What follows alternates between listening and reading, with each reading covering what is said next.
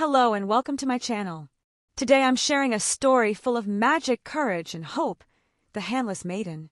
Get comfortable, relax, and let yourself be carried away by this tale that reminds us that even in the darkest moments, there is always light at the end of the path. Let's begin. The Handless Maiden. Once upon a time, in a quiet corner of the world, there lived a humble farmer with his only daughter, a girl named Alira.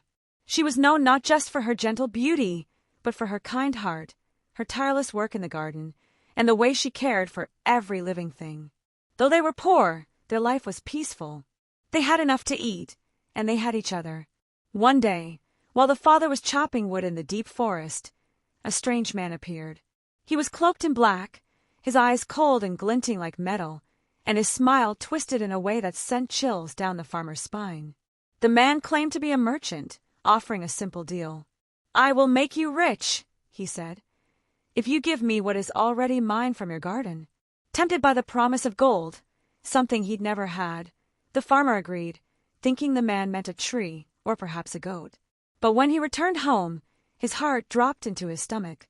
For at that very moment, Alira had been standing in the garden, singing to the flowers, her hands gently tending to the earth. That, she, was what the stranger had claimed. Horrified, the farmer begged the man to undo the deal. But the agreement had been sealed, signed not in ink, but in intention. The man returned that night, walking silently across the grass.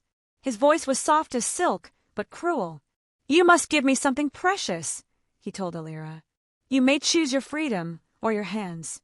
Alira was terrified, but the man warned her. If she refused, he would curse her father, destroy the land, bring ruin upon everything she loved. And so, with tears in her eyes and no other choice, she lifted her arms and offered him what he asked. The man, with a blade black as shadow, cut off her hands. He took them, smiled, and vanished into the darkness. Alira collapsed, bleeding, weeping not for herself, but for what her father had lost in his desperation. By morning, she wrapped her arms in cloth, kissed her father goodbye, and left their home. Not because she hated him, she didn't, but because something inside her knew her journey had just begun. For 3 long years, Alira wandered the world. She learned to live without her hands. She fed herself with her arms, wrote with her feet, and cared for animals using her voice and heart. Everywhere she went, people were moved by her courage and helped her in return. She lived simply, in forests and quiet villages.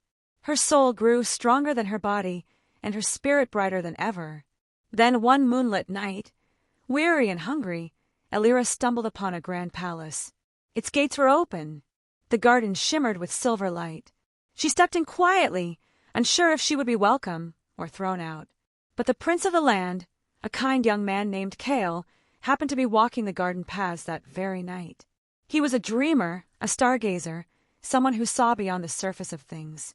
When he saw her, covered in travel dust, tired, but noble, he was struck. "Who are you, maiden of the moonlight?" he asked softly. Alira hesitated. Then, slowly, she told him her story. Not with bitterness, but with truth. She told him of the deal her father made, of the man in black, of the price she paid. Kale, deeply moved, offered her not just shelter, but respect. He gave her a place in the palace, not as a guest, nor as a servant, but as someone worthy. Time passed, and affection bloomed between them, not from pity, but from deep admiration. Kale saw her strength. She saw his heart. Then one morning, Alira awoke to a soft warmth in her arms. She looked down and gasped. Her hands had returned, not just as they once were, but renewed, glowing with a gentle light. A voice inside her heart spoke. "You waited.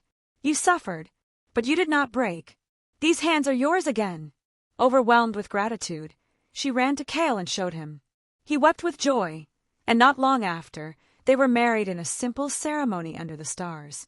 But Alira could not rest entirely. A part of her still wondered, who was the man who took her hands? Could he be stopped, or would he take more from others? With Kale's help, they searched ancient scrolls, spoke to forest elders, and uncovered a truth long hidden. The man was not a merchant, but a demon of the old woods. He fed on greed and sacrifice, making dark deals with the desperate. He grew stronger every time someone gave up something precious out of fear. But Alira was no longer afraid. Together, she and Kale returned to the forest. She went alone to the place where the deal had first been made. She called out, not with hatred but with certainty. The demon appeared, expecting fear. But instead, Alira stood tall. "You have no power over me," she said.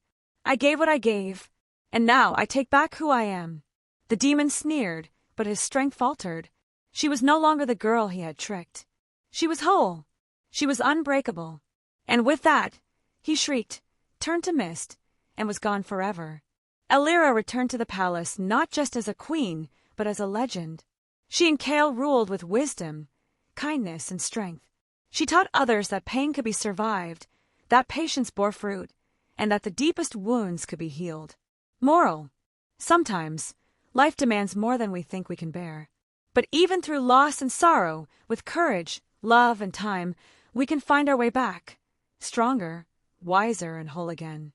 Thank you for listening to this story.